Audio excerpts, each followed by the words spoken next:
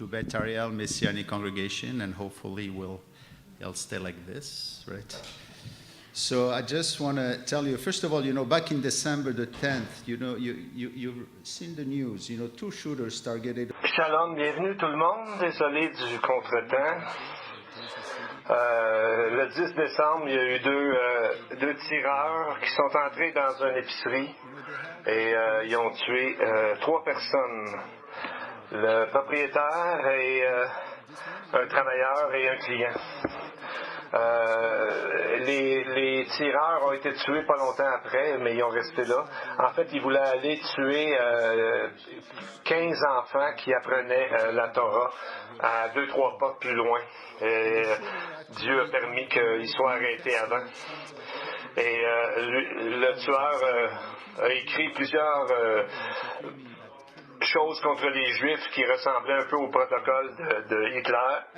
Et il disait que eux autres, c'était les vrais Juifs et ils faisaient partie d'un groupe qui s'appelle les Juifs israélites noirs et que tous les autres, c'était pas des vrais Juifs. Donc, on parle de plus en plus de fake, des Juifs qui sont pas vrais, des faux Juifs. Et c'est souvent ce que les gens qui supportent Trump vont dire des Juifs qui ne sont pas d'accord avec lui. Ils vont dire que c'est pas des vrais Juifs. Alors, dans le fond, c'est la majorité des Juifs qui ne sont pas croyants et qui ne croient pas non plus à ce que Trump fait. Et on va voir ce que sont vraiment les vrais, ou plutôt les faux Juifs. On voit ça dans le texte d'Apocalypse 2.9 et 3.9. Je connais ta tribulation et ta pauvreté, mais et ceux qui blasphèment en disant qu'ils sont des Juifs, mais ils ne le sont pas. Et qui sont dans le fond une synagogue de Satan. Donc les Juifs, les faux Juifs, ils sont ceux qui disent qu'ils sont le nouvel Israël, qu'ils sont les vrais Juifs, qu'ils ont des promesses particulières. Donc on voit que ce n'est pas le cas. Et on va voir de plus en plus les dénominations vont être d'accord avec certaines personnes qui sont contre les Juifs, parce qu'ils se prennent pour des Juifs, mais en fait, ils sont des faux Juifs. Et on voit que tout ça sont des signes des temps de la fin et que nous savons à ce moment-là que Jésus peut revenir n'importe quand. Ce qui nous amène ce matin à notre étude de 2 Samuel. Quand on approche de la fin, comme nous sommes présentement dans ce livre, on approche de la fin, on voit plusieurs histoires et plusieurs révoltes des gens qui sont loyaux aussi à David. On voit des problèmes de son aussi. Donc, quand on lit ces histoires, on voit, on dirait qu'ils n'ont aucun lien entre elles. Et pourtant, il y en a un. On voit ensuite des géants qui se lèvent contre David. 4 géants, un peu comme Goliath. Mais pourquoi ils sortent seulement à ce moment-ci? On va voir ça plus tard. Et ensuite, on a un texte qui nous parle de gens qu'on n'a jamais entendus avant parler et qui sont des hommes forts de David, des hommes puissants de David. Et c'est comme ça, on va voir aussi plus tard. Et le livre se termine avec un recensement, mais on ne sait pas exactement pourquoi David a décidé de faire ça, mais même son commandant d'armée ne voulait pas faire ça, mais pourtant on voit que David a été puni et s'est repenti après la mort de 70 000 personnes. Donc, c'est seulement un aperçu à vue d'œil de tout un paquet d'histoires dans la fin de ce livre. Donc, l'histoire de Samuel est un mouvement vers, finalement, un moment où on sait que c'est la première venue de Christ qui se prépare dans ça. Et on voit que finalement, à travers tous ces mouvements, toutes ces révoltes et toutes ces choses-là, on voit que c'est Dieu qui a le mot final. C'est lui qui a le dernier mot dans toute cette histoire, heureusement. Donc, à partir du moment que Dieu a promis que la semence de la femme écraserait la tête du serpent, à partir de ce moment-là, il y a toujours eu une résistance,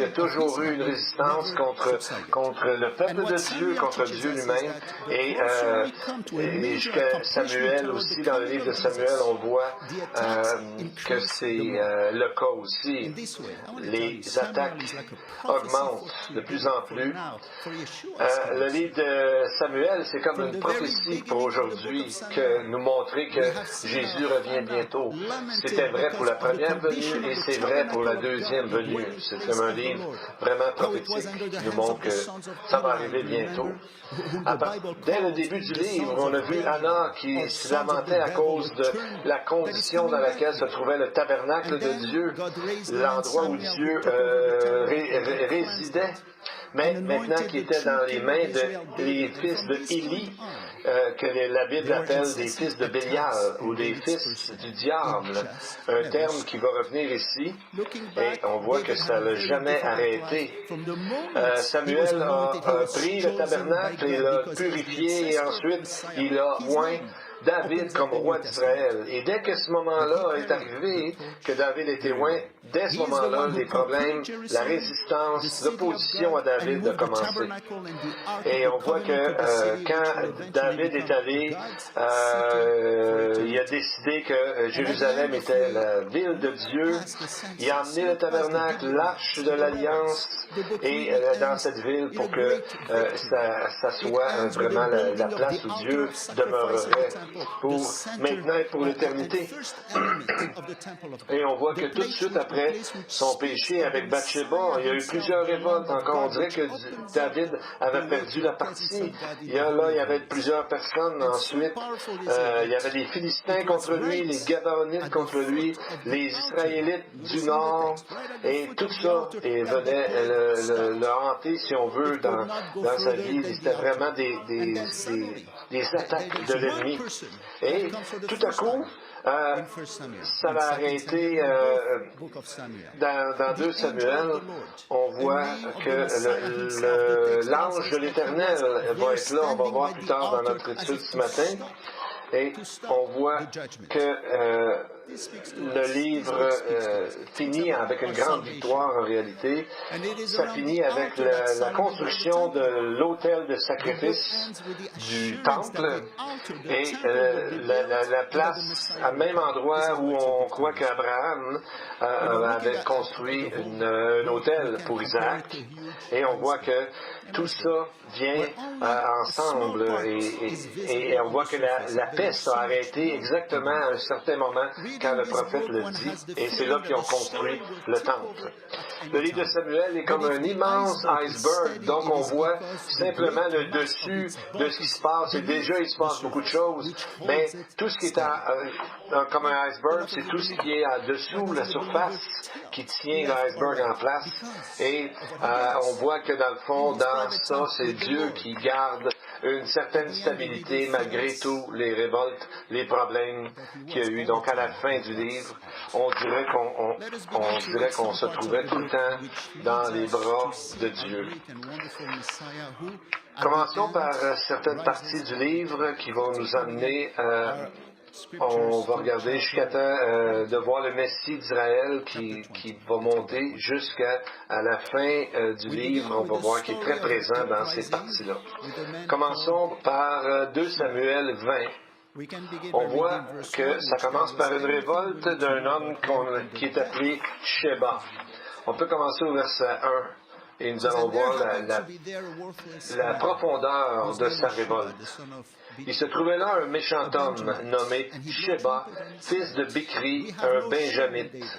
il sonna de la trompette et dit, « Pas de part pour nous avec David, pas d'héritage pour nous avec le fils d'Isaïe ou de Jessé, comme on voit dans certaines traductions. Chacun à sa tente, Israël. » Le nom de cet homme est Sheba, comme le chiffre 7. Mais qui est un chiffre de la perfection, mais c'est comme si c'était une perfection renversée, comme dans le mal cette fois. Le verset commence par nous dire qu'il est un méchant homme, mais il y a un mot ici qui ressemble au fils du sacrificateur Élie, qui étaient des fils méchants. On dit que c'était des fils de Bélial ou du diable, mais là, on ne dit pas fils de, on dit que lui, Sheba, était un Bélial. Donc, c'est lui, on voit que lui-même était le mal comme tel. Et c'est un nom qu'on utilisait plus tard pour Satan lui-même. Dans plusieurs écrits juifs, on voit même que c'est devenu le nom de l'Antichrist, ce nom Bélial. Dans le chapitre 22 des psaumes 5 et 6, David parle de ce qu'il vivait à ce moment-là. « Les torrents de la destruction m'avaient épouvanté, les liens du sépulcre m'avaient entouré, les filets de la mort m'avaient surpris. » Dans le Nouveau Testament, Paul parle du diable ou des ténèbres dans 2 Corinthiens 6, 14, 15. Car quel rapport y a-t-il entre la justice et l'iniquité? Ou qu'y a-t-il de commun entre la lumière et les ténèbres? Donc, on se demande qui était cet homme, Sheba, pour mériter un tel titre. David a réalisé la puissance de cette personne d'influence lorsqu'il a dit au verset 6, « Sheba, fils de Bichri, va maintenant nous faire plus de mal qu'Absalom. » Qu'est-ce qui peut être pire que quelqu'un qui veut tuer le roi, qui sort le roi de Jérusalem, qui voulait tuer son propre père, le roi? Donc, on voit que c'est la première fois où on essaie de diviser Israël en deux, ce qui va arriver plus tard et qui va amener un problème jusqu'à aujourd'hui.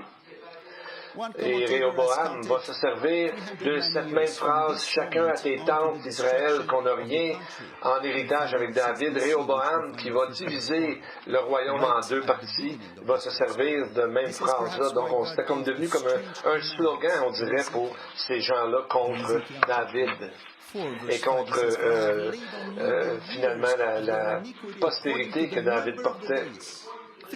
Donc, il a dit, c'est un peu comme un commentateur a dit qu'à partir de ce moment où Sheba a dit ça jusqu'à le début de la destruction du temple et de la diaspora, il y a 390 ans. Et il fait un parallèle entre le texte d'Ézéchiel qui dit qu'il va compter 395 jours pour tu porteras l'iniquité de la maison d'Israël. Donc on voit que le nombre de jours en parallèle est devenu un certain nombre d'années. Et ensuite, plus tard dans Ézéchiel, Dieu dit au prophète Ézéchiel de prendre 2 bâtons et d'en faire une seule pièce avec. Ézéchiel 37, verset 17, qui parle dans le fond du retour d'Israël en 1948, alors qu'Israël se prépare, en fait, il va avoir bientôt, les temps approchent, où il y aura la deuxième venue de Christ sur cette terre, de notre Messie. Donc, c'est après Sheba que tout à coup, on voit les géants qui vont arriver, parce qu'ils veulent arrêter la venue du Messie. Nous allons voir le chapitre 21 un peu plus tard.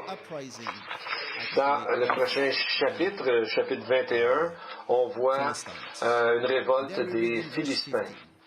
On lit au verset 15. Les Philistins firent encore la guerre à Israël.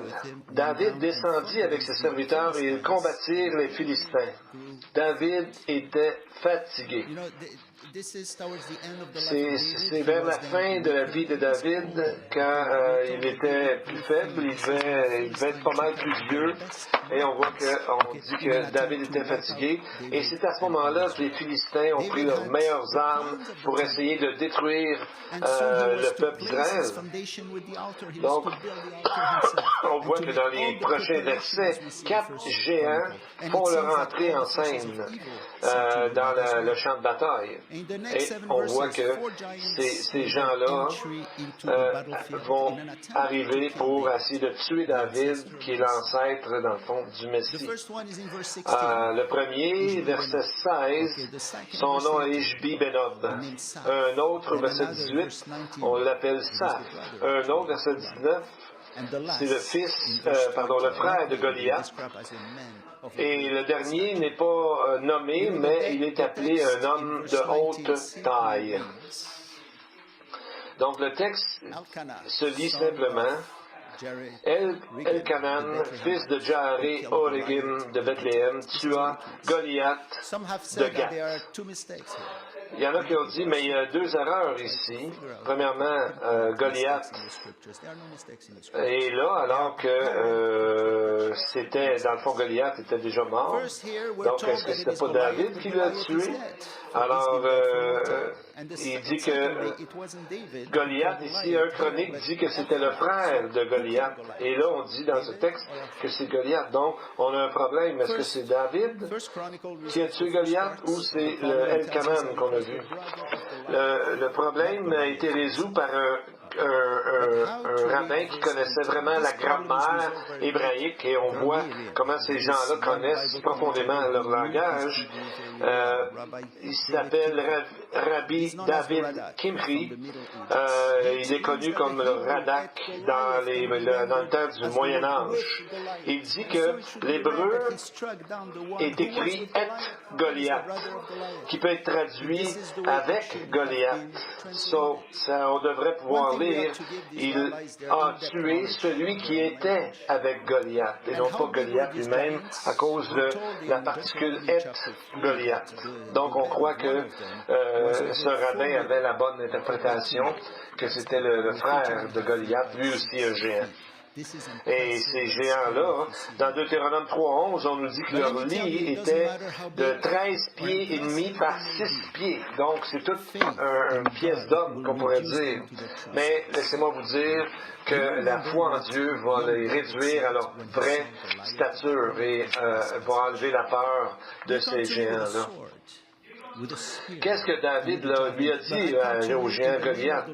Tu marches contre moi avec l'épée, la lance et le javelot, et moi je marche contre toi au nom de l'Éternel des armées, du Dieu de l'armée d'Israël que tu as insulté. Donc on voit que il a pris une roche, et avec une roche, il a tué David. On peut dire qu'il avait une foi vivante, qui avait un chant, qui transformait sa vie et ses peurs. Donc, c'est un verset qu'on pourrait facilement mémoriser pour se rappeler que Dieu est avec nous et de notre côté.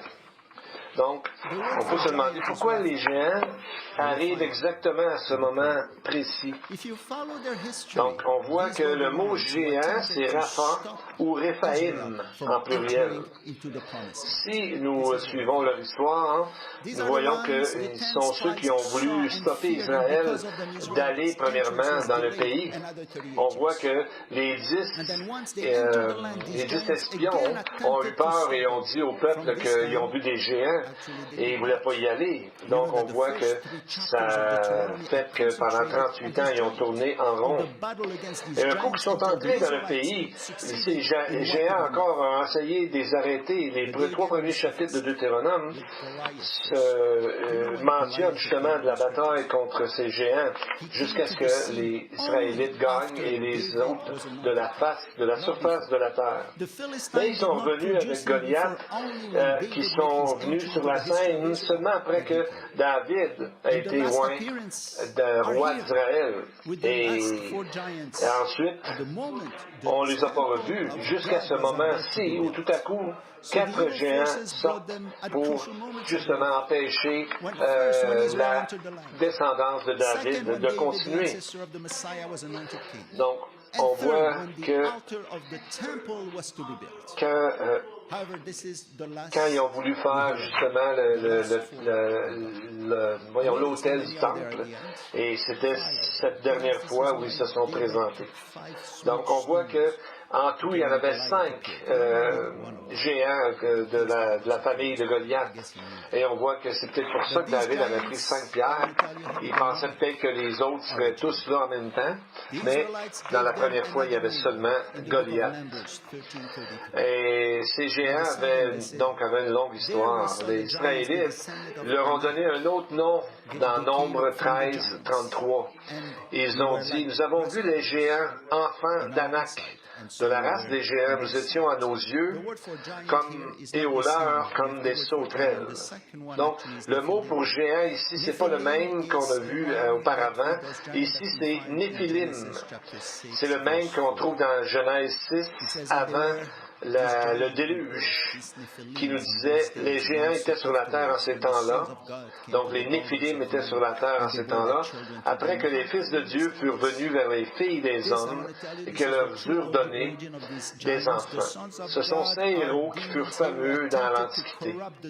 Donc on voit ici que la vraie origine de ces géants, c'est des fils de Dieu qui en réalité sont des démons, ici, dans ce contexte particulier, qui ont essayé de corrompre la postérité de la femme afin que la postérité et le Messie n'arrivent pas comme prophétisé dans Genèse 3.15. Donc on voit que c'est une origine démoniaque de ces géants-là. On voit que c'est David et ses hommes qui ont fini par en venir à bout. Et c'est peut-être au moment de Samuel qu'on dit qu'ils ont été enchaînés à ce moment-là, tous ensemble. Dans Jude 6, il est dit que les anges qui n'ont pas gardé leur dignité, mais qui ont abandonné leur propre demeure, ont été enchaînés éternellement dans les ténèbres. Et on voit dans 2 Pierre 2.4 aussi, car Pierre nous dit, « Car si Dieu n'a pas épargné les anges qui ont péché, mais s'il les a précipités dans les abîmes de ténèbres et les réserve pour le jugement. » Donc on voit ici le mot, ici, ténèbres ou les abîmes, qu'on voit dans nos traductions. En grec, c'est le mot Tartarus. Donc c'est le mot, parce que l'enfer est composé de plusieurs compartiments, et Tartarus est l'endroit où ceux qui sont particulièrement rebelles, donc par exemple ces anges, iront. Donc ils auront une punition plus grande. Hier, j'ai écouté sur Internet, j'ai marqué le mot Néphilim et j'ai eu au-dessus de 6 millions de 8 millions, pardon, de réponses. Donc, on voit, quand on regarde plus loin, il y a des choses sur les soucoupes volantes, des vampires, sortes de monstres, etc. Donc, on voit que la finale de ces géants, de ces monstres-là, c'est marqué dans 2 Samuel 21-22. Ces 4 hommes étaient des enfants de Rapha à Gath. Ils périrent par la main de David et par la main de ses serviteurs, et ce fut leur fin. Donc, on voit dans 2 Samuel, maintenant 24, verset on parle de la lampe d'Israël. Dans quel sens on parle de la lampe d'Israël? La Targum parle il en fait un parallèle avec le royaume de Dieu, mais David représente plus que simplement le royaume comme tel. C'est que lui-même, dans sa descendance, viendrait le Messie. Donc, et c'est important de voir ça, c'est qu'il voulait détruire David lui-même. Et c'est qu'on voit que ce que Jésus a dit. Jésus a dit, je suis la vie, la lumière. Jésus a dit qu'il est la lumière et nous aussi, nous sommes la lumière dans ce monde que Dieu nous demande d'être. Et lorsqu'on regarde encore si on revient au géant, on va voir dans le dernier chapitre du livre, au chapitre 24, le dernier chapitre, nous allons voir l'histoire à propos du recensement. La colère de l'Éternel s'enflamma. La colère de l'Éternel s'enflamma de nouveau contre Israël, et il excita David contre eux en disant, va, fais le dénombrement d'Israël et de Juda. Pourquoi le Seigneur est-il choqué contre Israël? On ne nous le dit pas exactement, mais c'est pas difficile à trouver. C'est que jusqu'à maintenant, ça a été péché par-dessus péché, révolte par-dessus révolte, ensuite le pardon par-dessus pardon. C'est pour ça que dans Jérémie 31, 33, Dieu dit qu'un jour il mettra sa loi au-dedans d'eux, donc de nous, et je l'écrirai dans leur cœur, je serai leur Dieu, ils seront mon peuple. Donc, c'est pour ça qu'à la naissance de l'Église, nous sommes permanents, de façon permanente, habités par le Saint-Esprit, scellés par le Saint-Esprit. Comme ça, c'est pas toujours le même problème que dans Samuel avec des révoltes, etc. Le salut a été accompli une fois pour toutes, parfaitement, complètement, totalement par Jésus-Christ. Donc, on voit que c'était pour empêcher aussi que David se fie sur sa propre force. Et on dirait que c'est parce que David voulait savoir quelle était sa propre force qu'il a fait un recensement, alors au lieu de se fier sur Dieu. Pourtant, il aurait dû se rappeler que Dieu avait dit auparavant à Gédéon, qui a demandé qu'il enlève un paquet de gens dans l'armée, et finalement, il en restait seulement 300 contre une grande armée d'à peu près 185 000 Madianites et Amalécites. Mais ils n'ont même pas eu besoin de se battre parce que les 300 hommes ont sonné 300 trompettes et ont brisé 300 urnes qui ont brisé. Donc ça fait tellement de bruit que les ennemis se sont mis à s'entretuer eux-mêmes entre eux autres. Donc on voit, c'est le principe de la minorité qui gagne malgré une grande majorité qui les oppose. On a vu ça souvent dans la Bible. Et même récemment, à la renaissance de la nation d'Israël, il y a 71 ans, personne n'a pu, malgré les attaques nombreuses des ennemis très puissants, beaucoup plus nombreux, ils n'ont pas gagné parce que Dieu, dans sa fidélité, a protégé son pays. Donc, tout ça nous parle de la fidélité de Dieu. Il ne nous laissera jamais tomber, ni son peuple. Laisse-moi vous raconter une histoire à propos d'une tribu d'Américains, des Autochtones, finalement, des Indiens, des Amérindiens, qui avaient une façon très spécifique d'entraîner des jeunes guerriers. Alors, ils l'emmenaient, les yeux bandés par un bandeau, ils l'emmenaient au milieu dans la grande forêt noire, dans la nuit. Alors, on peut imaginer, ensuite, ils enlèvent le bandeau qu'il y avait sur les yeux, mais c'est totalement noir. Ils ne voient rien. Imaginez-vous, à chaque fois qu'il y a une brindille qui va bouger, ils probablement pensaient qu'il y avait un animal prêt à l'attaquer. Chaque fois qu'ils entendaient un animal hurler, ils pensaient que peut-être un loup était pour l'attaquer. À chaque fois qu'il y avait du vent, il avait peur, mais on voit que tout à coup, toute la nuit, comme ça, il a eu peur, mais là, il a commencé à avoir de la clarté. Tout à coup, près de lui, il a vu un ombre, il a commencé à reconnaître que c'était son père, qui avait passé toute la nuit avec son arc, au cas qu'il arriverait quelque chose. Mais l'enfant ne le savait pas, ce futur guerrier. Donc on voit que c'est la même chose. Nous, Dieu est toujours près de nous pour nous protéger, même si parfois on ne le voit pas nécessairement avec nos yeux physiques. Si on revient à David, pourquoi a-t-il fait le recensement de son armée? Quelle que soit la raison, on comprend que ce n'était pas quelque chose qu'il devait faire. Et on voit que Joab, qui n'était pas très spirituel, a pourtant essayé de faire changer d'idée David. Ça n'a pas fonctionné. Donc, on voit dans 1 Chronique 21:1 que Satan se leva contre Israël et il excita David à faire le dénombrement d'Israël. Il y en a ici qui voient une contradiction. C'est Satan qui a fait ça ou Dieu? Mais quand on regarde les deux énoncés, les deux phrases, présentent l'histoire de deux points de vue différents. C'est que Satan ne peut rien faire si Dieu ne le permet pas.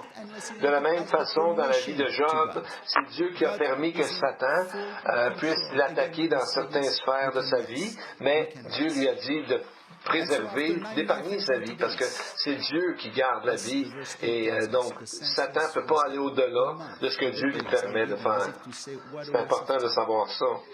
Et donc, tout le recensement nous est dit que ça a pris 9 mois et 20 jours.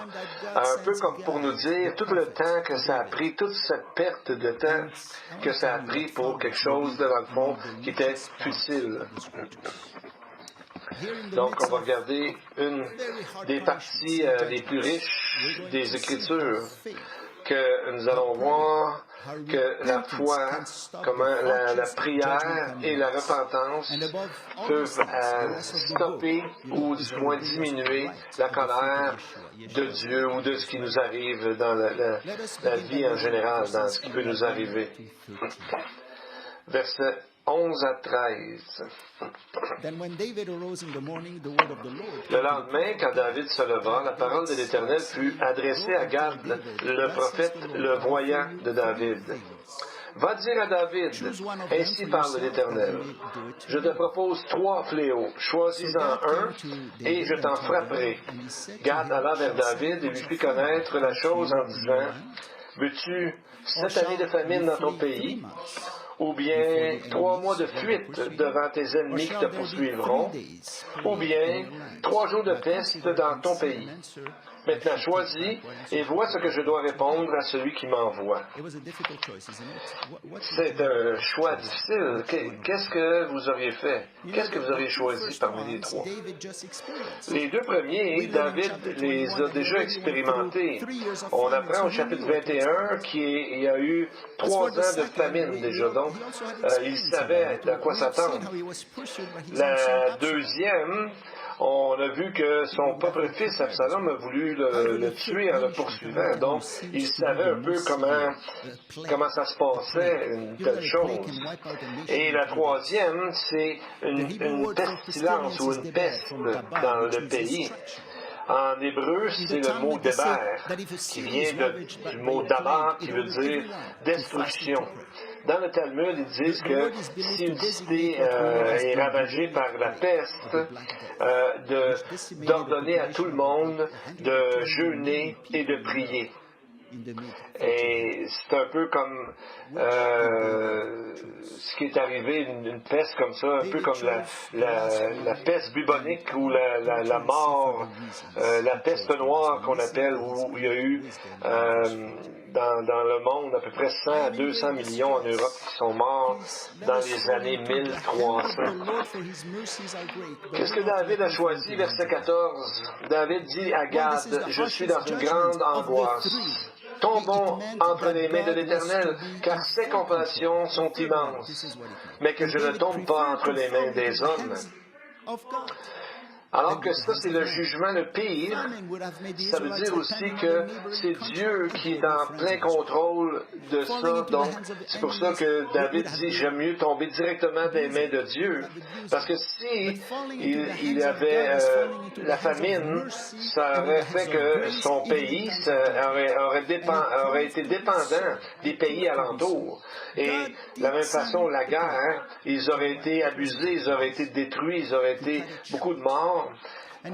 Et pourtant, donc Dieu, David s'est dit, je suis mieux de tomber dans les mains de Dieu qui est plein d'amour et de grâce, et avec la prière, peut-être que ça va être moins pire.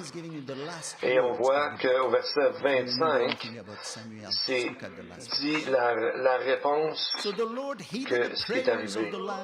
Dieu a envoyé la peste pendant 3 jours, mais l'Éternel fut propice au pays et la plaie fut arrêtée de dessus Israël. Donc, on voit que la prière, c'est ce qui a fait arrêter, et David s'en doutait. Il connaissait son Dieu, il savait comment faire bouger, si on veut, ou faire changer Dieu, comment s'approcher de Dieu par la prière. La prière est l'arme de l'armure de Dieu qui est très importante. Et toutes les choses de l'armure de Dieu doivent être comme immergées dans la prière, remplies de la prière.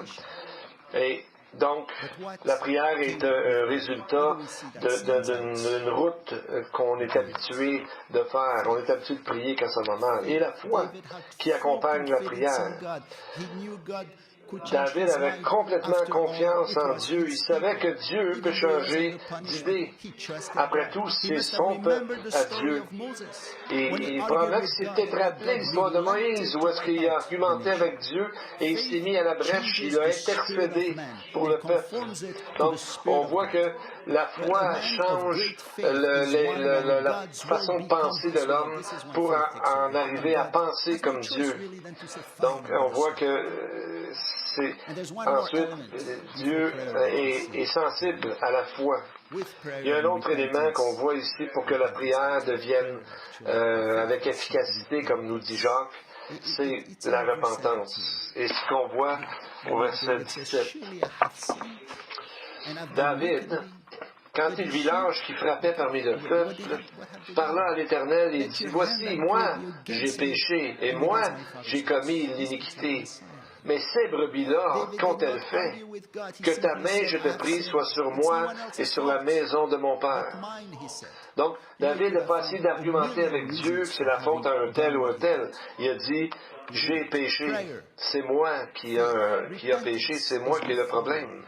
Donc, on voit que la prière, la foi, c'est beau, mais la repentance, c'est la formule vraiment qui peut faire la différence avec Dieu.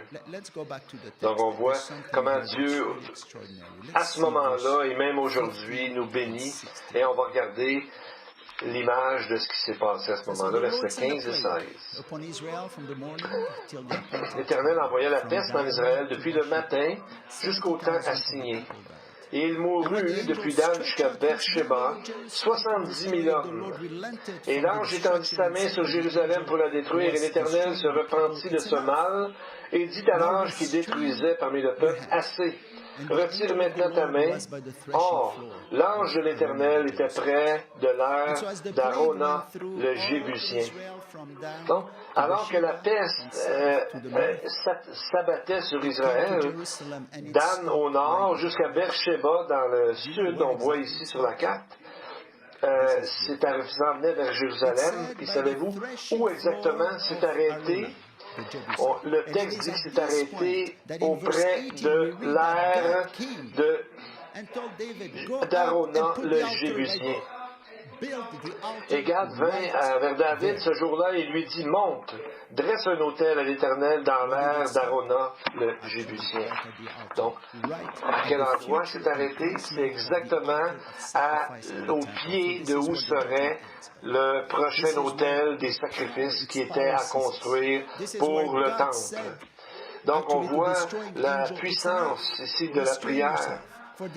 Et Dieu dit à l'ange qui détruisait, « C'est assez, enlève ta main. » Donc, on voit que Dieu, pour montrer que c'était correct maintenant, c'est qu'on voit que le premier sacrifice qui a été fait sur cet autel, sacrifice qui venait d'être construit dans 1 Chronique 21-26, il nous est dit que l'Éternel lui répondit par le feu qui descendit du ciel sur l'autel de l'Holocauste.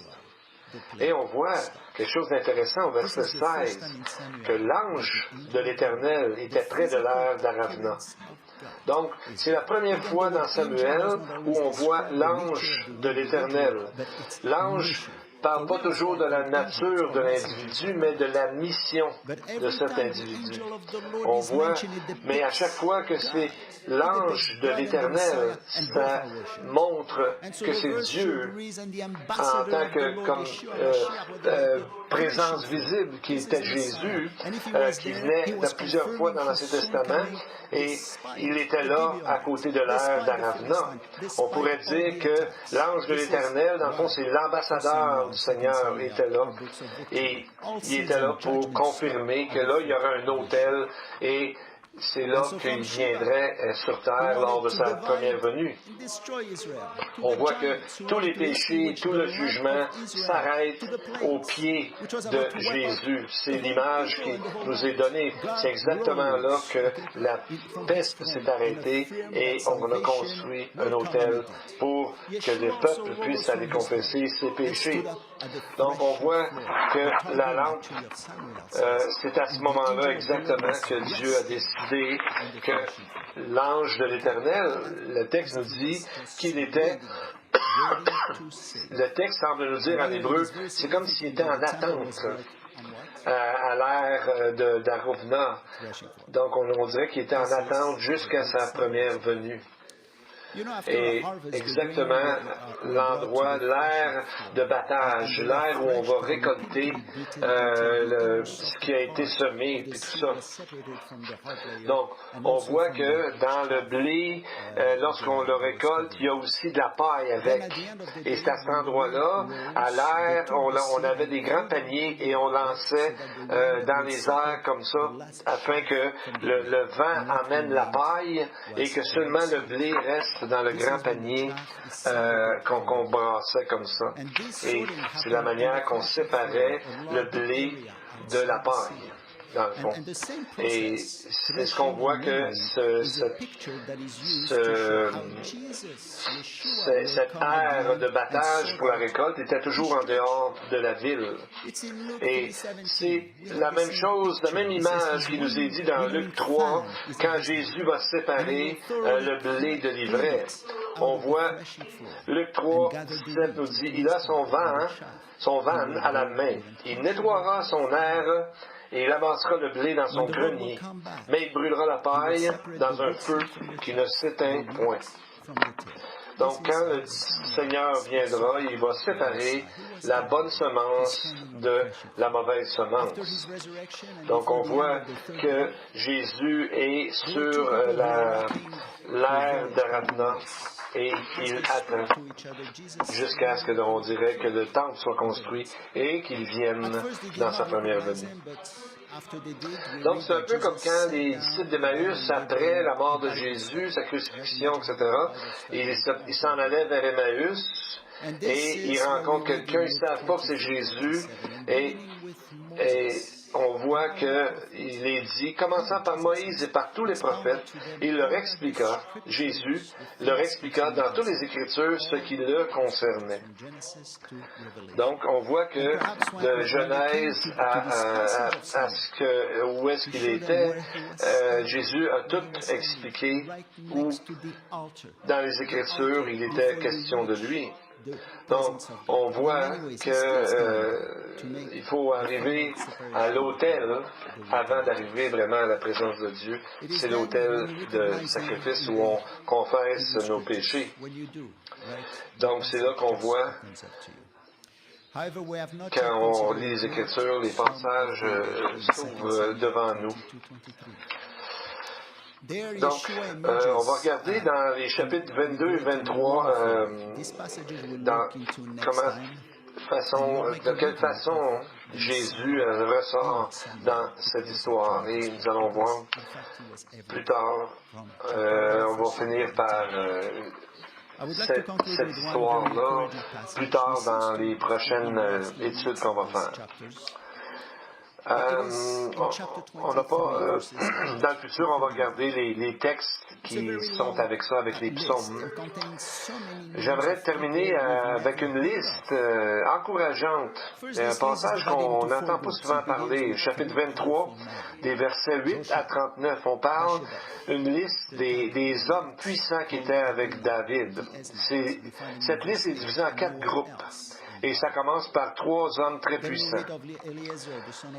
On parle de Jocheb Bachebet, le Tachmonite, et on le trouve à nulle part, lui, ailleurs dans la Bible.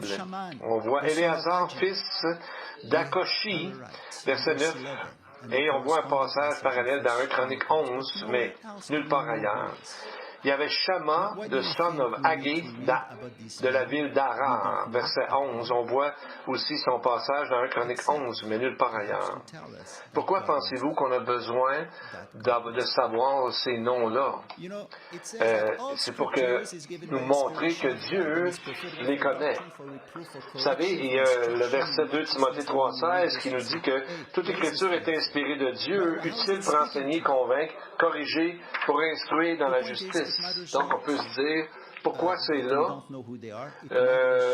Même si on essaie de comprendre, on ne sait pas trop exactement qui ils sont et très peu de ce qu'ils ont fait. L'important, c'est de savoir que Dieu les connaît et Dieu les aime. Donc, ils n'étaient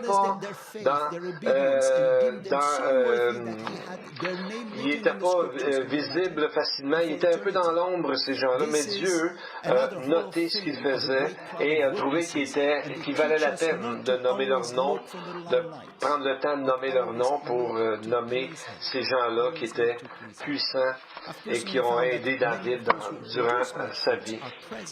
Plusieurs personnes, je trouve, qui ne paraissent pas beaucoup, ils ne sont pas très, très en avant, mais ils sont tranquilles, ils sont là, mais moi, j'en ai remarqué quelques-uns, mais surtout, l'important, c'est que Dieu les a remarqués, ces gens-là, même s'ils ne sont pas toujours dans la lumière, en avant, ils sont connus de Dieu.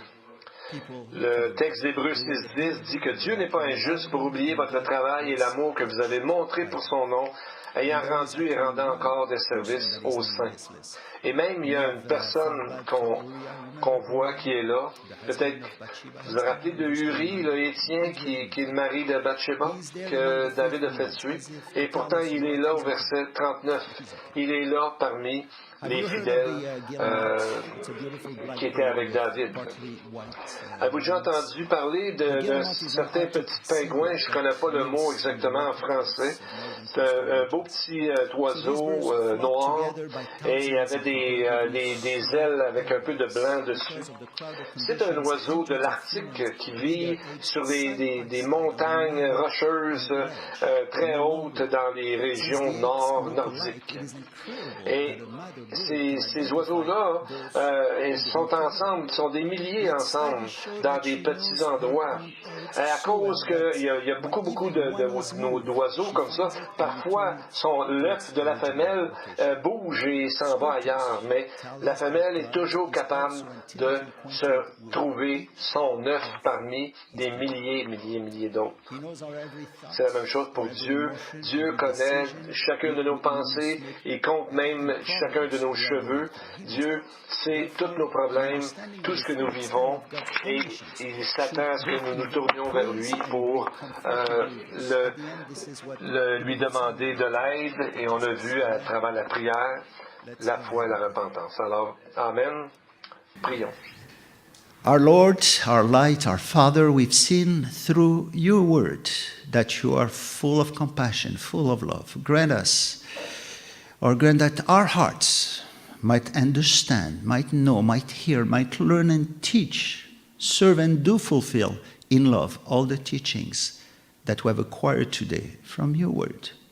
Open our eyes with your love, bind our hearts to your commandments, and bring together our hearts in love and in awe always of your name, so that we may never be reproached for eternity. Let us be in peace, Lord. Bless us, bless our heart, as we pray in Yeshua, B'Shem Yeshua Mashiach. And for the congregation, the Lord bless you and keep you. The Lord makes his face shine upon you and be gracious to you. The Lord lift up his countenance upon you and give you peace. Amen, amen. May the Lord bless you all.